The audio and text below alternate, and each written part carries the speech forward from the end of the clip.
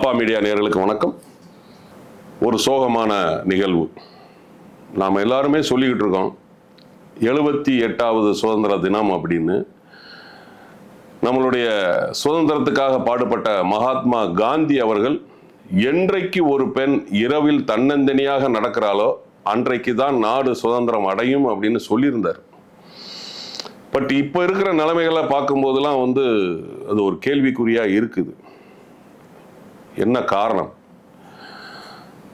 அதாவது ஆர்ஜிகர் அப்படிங்கிற வெஸ்ட் பெங்காலில் கல்கட்டாவில் இருக்கிற ஒரு ஹாஸ்பிட்டலில் நௌமிதா அப்படிங்கிற ஒரு மேல் படிப்பு பயிற்சி மாணவி கற்பழித்து கொலை செய்யப்பட்டிருக்கிறார். அது லோக்கலில் போலீஸ் ஸ்டேஷனுக்கு போய் இப்போ அந்த வழக்கை சிபிஐ கையில் எடுத்திருக்கிறாங்க. மிகப்பெரிய ஒரு சோகமான ஒரு துயரமான ஒரு சம்பவம். நம்ம யாருக்கிட்ட பொய் சொல்கிறோமோ இல்லையோ, டாக்டர்கிட்ட பொய் சொல்லக்கூடாதுன்னு சொல்லுவாங்க. நமக்கெல்லாம் உயிர் கொடுக்குற டாக்டர் உயிரை எடுத்திருக்கிறாங்க கல் நெஞ்சக்காரர்கள். அதற்கு காரணம் யார்? அது யாராக இருந்தாலுமே அவங்களுக்கு தூக்கு தண்டனை விதிக்கணும். ஏன்னா இதை அங்கே இருக்கிற சிஎம்ஏ சொல்லியிருக்கிறாங்க, மேடமே சொல்லியிருக்கிறாங்க, இதில் இந்த குற்றத்தில் ஈடுபட்டவர்களை தூக்கில் போடணும்னு. பட் நீங்கள் தான் ஆட்சியில் இருக்கிறீங்க, அதை நீங்கள் செய்யணும். இது ஒரு பாடமாக இருக்கணும். ஏன்னா நம்ம இதுக்கு முன்னாடி டில்லியில் நிர்பமாவை பார்த்தோம். அந்த வழக்கில் என்ன நடந்தது அப்படிங்கிறது நம்மளும் பார்த்துக்கிட்டு தான் இருக்கிறோம். இதுக்கு நீங்க அரசாங்கம் சரியான ஒரு தண்டனையை கொடுக்கணும். இன்னைக்கு நாடு முழுதும் இந்தியா முழுவதும் அனைத்து டாக்டருமே நேற்று காலையில இருந்து புற நோயாளிகளுக்கு மருத்துவம் செய்யலை. எல்லா ஹாஸ்பிட்டல்லையும், கவர்மெண்ட் ஹாஸ்பிட்டல்லையும் பார்த்தீங்கன்னா அனைத்து டாக்டர்கள், பயிற்சி டாக்டர்கள், படிக்கிற மருத்துவ மாணவர்கள் எல்லாருமே ஸ்ட்ரைக்கு. காலையிலேருந்து நைட்டு வரைக்கும் அவங்க வேலை செய்யலை. மருத்துவர்கள் வேலை செய்யலைன்னா எவ்வளவு உயிர் பாதிப்பு வரும் அது நமக்கே தெரியும். நிச்சயமா இது அரசுக்கும் தெரியணும், அரசுக்கும் தெரியும். அப்போ நீங்க ஒரு உயிரை காக்கக்கூடிய ஒரு மருத்துவருக்கே இன்னைக்கு உயிருக்கு ஆபத்து அப்படின்னா நம்ம நாடு எதை நோக்கி செல்கிறது? இதை நீங்க ரெகக்னைஸ் பண்ணணும். ஸ்டேட்ல இருக்கிற அரசாங்கமும் சரி, சென்ட்ரல்ல இருக்கிற அரசாங்கமும் சரி, இதை ரெகக்னைஸ் பண்ணி அந்த குற்றம் இனிமேல் நடக்கக்கூடாது என்பதற்கு என்னென்ன நடவடிக்கை எடுக்கணுமோ அதை ஆட்சியாளர்கள் நீங்க செய்யணும். அப்பதான் எல்லோருக்குமே நம்ம இந்த நாட்டில் சுதந்திரமாக இருக்க முடியும் அப்படிங்கிற ஒரு ஃபீலிங் வரும். ஏன்னா நம்ம 78வது சுதந்திர தினத்தை நம்ம கொண்டாடிட்டு இருக்கிறோம். எத்தனையோ பேர் உயிர் தியாகம் பண்ணி நமக்கு இந்த சுதந்திரத்தை வாங்கி கொடுத்துருக்குறாங்க.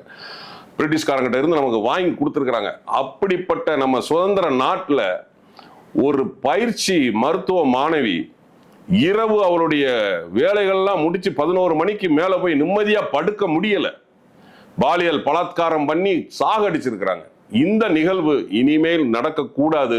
அதற்கு ஆட்சியாளர்கள் சரியான நடவடிக்கை எடுக்கணும். நீங்க கூட சொல்லலாம், தமிழ்நாட்டில் நடக்கலையே, நமக்கு அடுத்த ஸ்டேட்ல தானே நடக்குதுன்னு. தமிழ்நாட்டில் நடக்கும். நாளைக்கு இதை சென்ட்ரல் கவர்மெண்ட்டும் அந்த ஸ்டேட் கவர்மெண்ட்டும் கவனிக்காம இருந்தா நாளைக்கு தமிழ்நாட்டில் கூட இது நடக்கும்.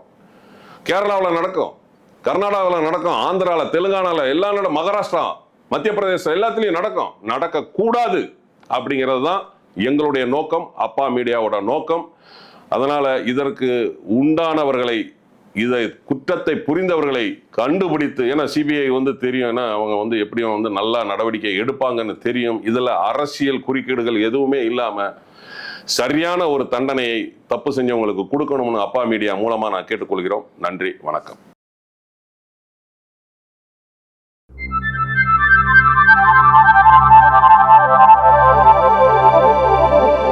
ஹாய், ஹலோ, வணக்கம். நான் நடிகர் மீசை ராஜேந்திரன்.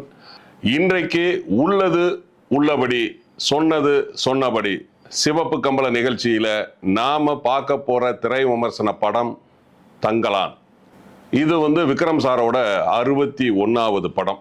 இது பாத்தீங்கன்னா ஸ்டூடியோ கிரீன் திரு ஞானவேல் ராஜா, நீலம் ப்ரொடக்ஷன் அவங்க தயாரிச்சிருக்கிறாங்க. இயக்கம் பா ரஞ்சித் சார். ரஞ்சித் சாரை பற்றி உங்களுக்கு தெரியும். ஏற்கனவே அவர் அட்டக்கத்தி, அப்புறம் மெட்ராஸ், அப்புறம் பார்த்தீங்கன்னா காலா, கபாலி, அப்புறம் நட்சத்திரம் நகருகிறது அப்படின்னு ஒரு படம் சொந்தமாக தயாரித்தார். அப்புறம் சார்பட்டா பரம்பரை, அவரையும் வந்து நம்ம வந்து ரொம்ப எதிர்பார்த்தோம் இந்த தங்கலான் படத்துக்கு.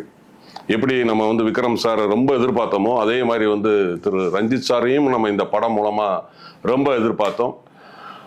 அதன் பிறகு பார்த்தீங்கன்னா ஒளிப்பதிவு கிஷோர் குமார், அப்புறம் வந்துட்டு செட்டு வந்து எஸ் மூர்த்தி, அவருடைய 50வது படம் இது.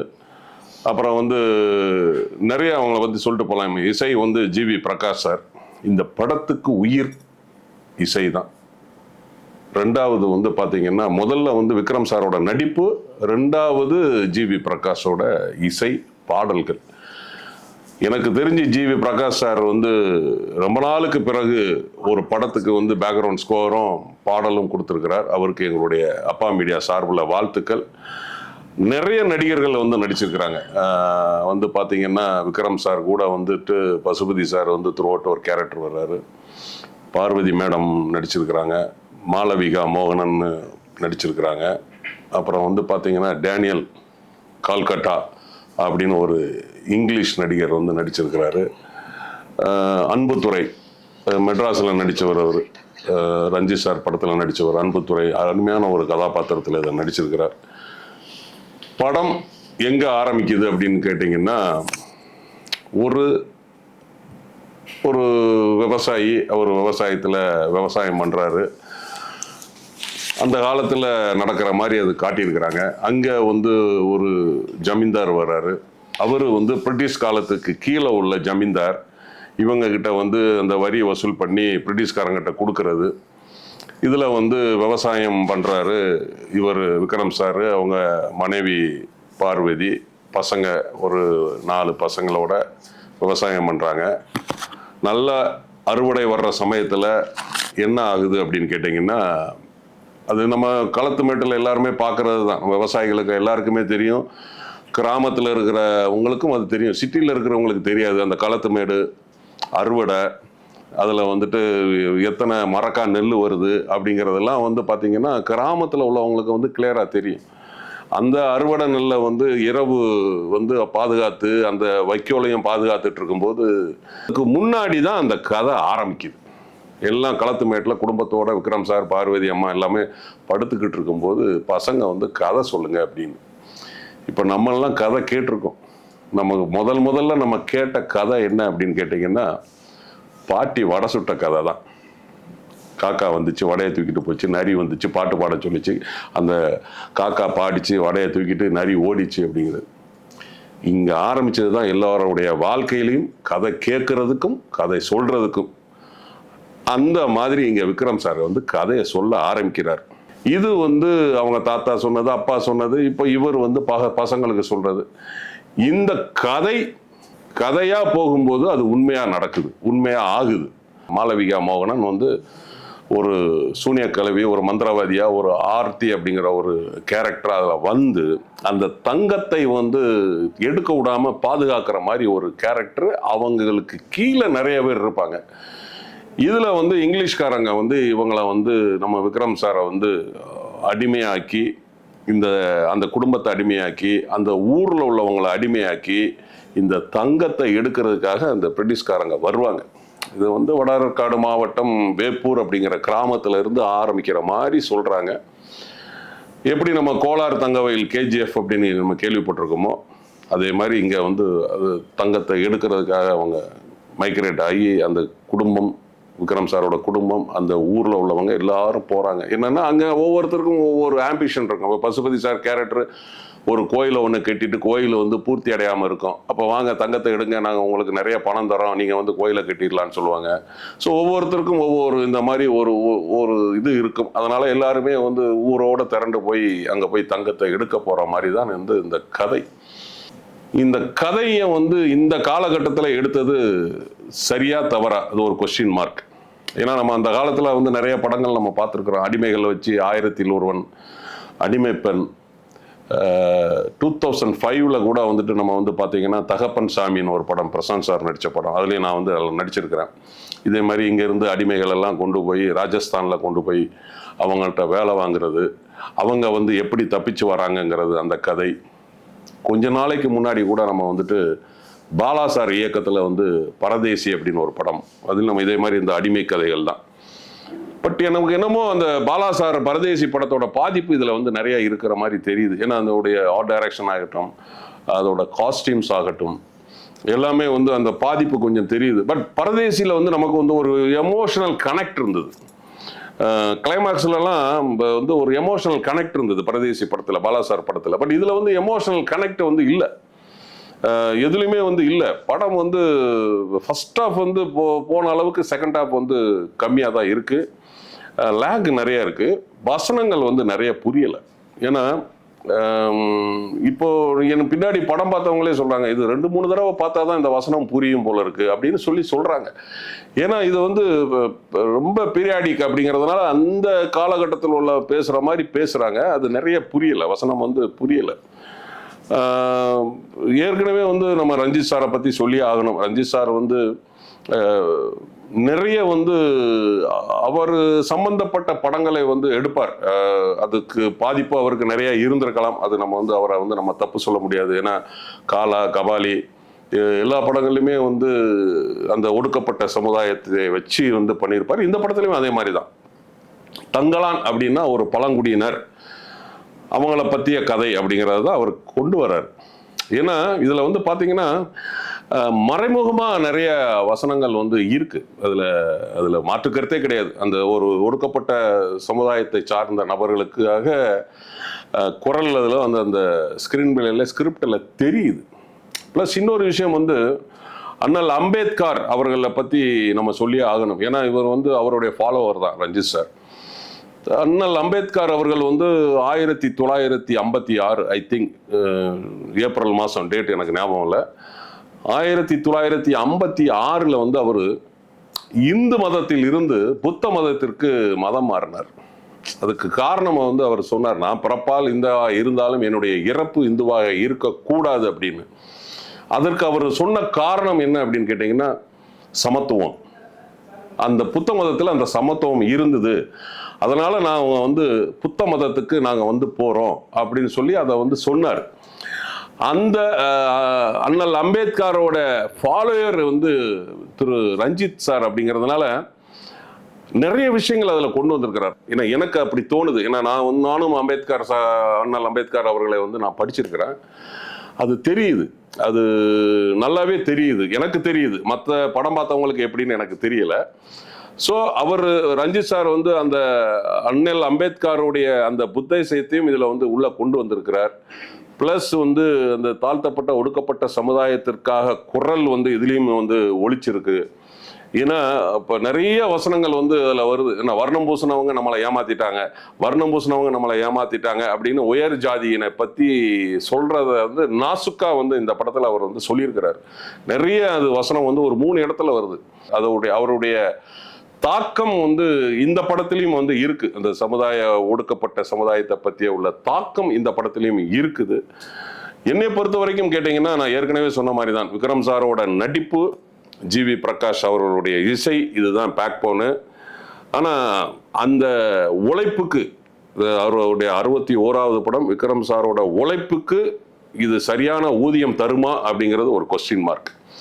அதே மாதிரி வந்து பார்த்தீங்கன்னா, பார்வதி அவங்க கங்கம்மா அப்படின்னு ஒரு கதாபாத்திரத்தில் வேற லெவலில் நடிச்சிருப்பாங்க. அதெல்லாம் வந்து சான்சஸே இல்லை. மிகப்பெரிய ஒரு நடிப்பு. அந்த காலத்து சாவித்திரி அம்மாவை பார்த்த மாதிரி இருந்தது அவங்களுடைய நடிப்பை பார்க்கும்போது. அதே மாதிரி பசுபதி சார், அவருடைய டயலாக் வந்து நிறைய புரியலை. அது ஏன் அந்த மாதிரி வச்சாங்கன்னு தெரியல. ஏன்னா வந்து நான் அவர் கூட நிறைய படங்கள் நடிச்சிருக்கிறேன். அது சுல்லானில் வந்து அவர் வந்து வில்லன் கதாபாத்திரத்தில் நடிச்சிருப்பார். அதில் அதேமாதிரி கத்தி பேசுவார், கேப் விடாமல், மாடுலேஷன் இல்லாமல் கண்டினியூஸாக பேசுவார். ஸோ இந்த படத்தில் வந்து ஏற்கனவே நமக்கு வந்து நிறைய அந்த வசனங்கள் புரியலை. பசுபதி சார் வந்து இதே மாதிரி இழுத்து பேசுகிறாரு, அவர் என்ன பேசுகிறாருங்கிறதும் புரியலை. ஆனால் துருவோட்ட அவர் வந்து ஒரு கதாபாத்திரத்தில் நடிச்சிருக்கிறார். அவர் வரக்கூடிய காட்சிகள் வந்து ஒரு சில காட்சிகள் வந்து நகைச்சுவையாக இருக்குது. அதே மாதிரி மாளவிகா மோகனன் அருமையாக வந்து பண்ணியிருக்கிறார். அவங்களுடைய கதாபாத்திரத்தை ஃபைட்டு வேறு இருக்குது, அவங்களுக்கு ஒரு 3 ஃபைட்டு வேறு இருக்குது, நல்லா பண்ணியிருக்கிறாங்க. ஸ்டண்டு சாம் அப்படின்னு ஒருத்தர் பண்ணியிருக்கிறாரு. எடிட்டிங் செல்வா பண்ணியிருக்கிறாங்க. ஏற்கனவே சொன்ன மாதிரி கிஷோர் குமார் ஒளிப்பதிவு, செட் டைரக்டர் வந்து SS மூர்த்தி. ஆனால் தங்கலான் அப்படிங்கிறது வந்து இப்போ நான் வந்து ஒரு லேட்டஸ்டாக ஒருத்தர் சொன்னார், கிறிஸ்டோபர் பால் கனகராஜ் அப்படிங்கிற ஒரு விமர்சகர். அவர் வந்து தங்கலான் ஒரு டேஷ் அப்படின்னார். அது நான் என் வாயால் சொல்லக்கூடாது, ஏன்னா நானும் சினிமாவில் இருக்கிறேன். ஏன்னா ஒரு சினிமா எடுக்கிறது எவ்வளோ கஷ்டங்கிறது எங்களுக்கு தெரியும். நம்ம வந்து சினிமா எடுக்கிறது எவ்வளோ கஷ்டம்னு தெரியும். நம்ம ஈஸியாக வந்து ஒரு விமர்சனம் பண்ணிட்டு நம்ம கடந்து போயிடலாம். ஆனால் அந்த படத்தை எடுக்கிறதுக்கு அவங்க எவ்வளோ கஷ்டப்பட்டிருப்பாங்க. ஒவ்வொரு காட்சியிலும் வந்து அவங்க வந்து அவர் கஷ்டங்கள் தெரியுது. ஆனால் என்னன்னா, சரியான கதை இல்லாததுனால அந்த கஷ்டங்கள்லாம் நம்ம ஊரில் சொல்லுவாங்கல்ல, அந்த என்ன பயிருக்கு இறைச்சது வந்து களைக்கு போன மாதிரி, அதே மாதிரி அந்த பயிருக்கு விதைச்சது கிளைக்கு போகிற மாதிரி தான் இருக்குது. அந்த விக்ரம் சாரோட அந்த உழைப்பு, அவருடைய அந்த பெர்ஃபார்மன்ஸு எல்லாமே அந்த வந்து ஒரு மேனரிசம் வச்சிருப்பார். ஒவ்வொரு விஷயத்துக்கும் அவர் கெத்தா, நம்ம சொல்லுவோம் கெத்தா வரும்போது நமக்கு வந்து ஆட்டோமேட்டிக்காக நம்ம பாக்கெட்டில் இப்போ 1 லட்ச ரூபா இருந்ததுன்னா நம்ம ஒரு நட மாறும், நம்மளுடைய பேச்சு மாறும். அதே மாதிரி அவர் ஒவ்வொரு சீன்லேயும் ஒரு சில விஷயங்கள் அவருக்கு வந்து நடக்கும்போது அந்த கெத்தா ஒரு நடப்பார். எனக்கு தெரிஞ்சு தமிழ் சினிமாவில் அந்த மாதிரி அந்த சீனுக்கு ஏற்ற, அந்த கதாபாத்திரத்துக்கு ஏற்ற அந்த நடை அப்படின்னு பார்த்தீங்கன்னா நமக்கு தெரிஞ்சது வந்து சிவாஜி சார் தான். இன்னும் ஒவ்வொரு படத்துலையும் வந்து ஸ்டைலை மாற்றுவார். ஏன்னா திருவிளையாடல் அப்படிங்கிற ஒரு படத்தில் வந்து அந்த மீன்காரராக வரும்போது ஒரு மாதிரி சாஞ்சு நடந்துட்டு வருவார். தெய்வ மகன் படத்தில் வந்து ரொமான்டிக் ஹீரோ வர மாதிரி ஒரு மாதிரி நடந்துட்டு வருவார். வீரபாண்டிய கட்டபொம்மனில் வேற மாதிரி நடந்துட்டு வருவார். ஸோ ஒவ்வொரு கதாபாத்திரத்துக்கு தகுந்த மாதிரி அந்த நட மாறும். அதே மாதிரி பார்த்தீங்கன்னா கமல் சார் அதே மாதிரி வந்து அந்த கதாபாத்திரத்துக்கு தகுந்த மாதிரி வந்து அவருடைய மேனரிசம் இருக்கும், அவருடைய வாக்கிங் ஸ்டைல் இருக்கும். இந்த படத்துல வந்து அந்த ஒரு விஷயத்துல வந்து விக்ரம் சார் வந்து ரொம்ப மெனக்கெட்டு இருக்காரு. அந்த ஒரு கெத்தா ஒரு விஷயம் நடக்கும்போது அவர் ஒரு நடந்து வருவார். சான்ஸே கிடையாது. விக்ரம் சார் வந்து ஹேண்ட்ஸ் பெரிய ஒரு சல்யூட், ராயல் சல்யூட் உங்களுக்கு விக்ரம் சார்.